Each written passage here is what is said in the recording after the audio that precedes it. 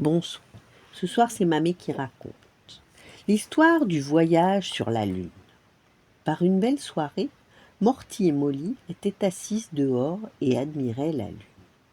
Crois-tu que la Lune est vraiment en fromage demanda Morty. Molly regarda la grosse balle brillante. Je ne suis pas sûre, dit-elle, mais elle a l'air délicieuse. Allons voir sur place. Mais c'est beaucoup trop loin, dit Morty. Il faut traverser tout l'espace. Alors, nous construirons un vaisseau spatial, répondit Molly. Morty et Molly commencèrent leur plan.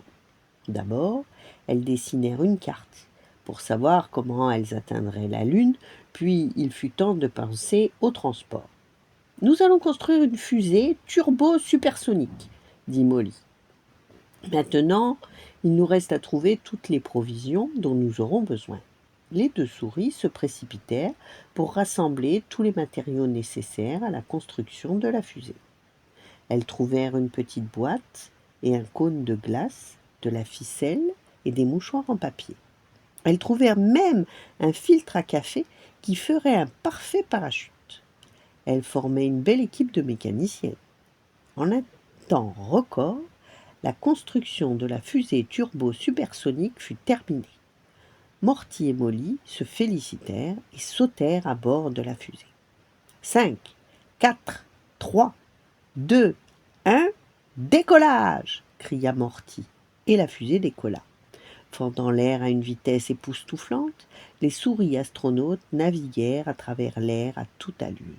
Bientôt, elles atterrirent saines et sauves sur la Lune. « On a réussi !» s'exclama Morty. Alors elle cassa un morceau de lune. D'abord elle le sentit, puis le goûta, et elle rit. « La Lune est vraiment en fromage, dit-elle la bouche pleine, et elle est délicieuse. » Morty et Molly dînèrent sur la Lune, savourant le fromage jusqu'à être rassasiés. Ce long voyage valait la peine. Et maintenant que nous avons notre fusée, nous pouvons revenir n'importe quand pour déguster ce succuleux fromage de Lune. Voilà.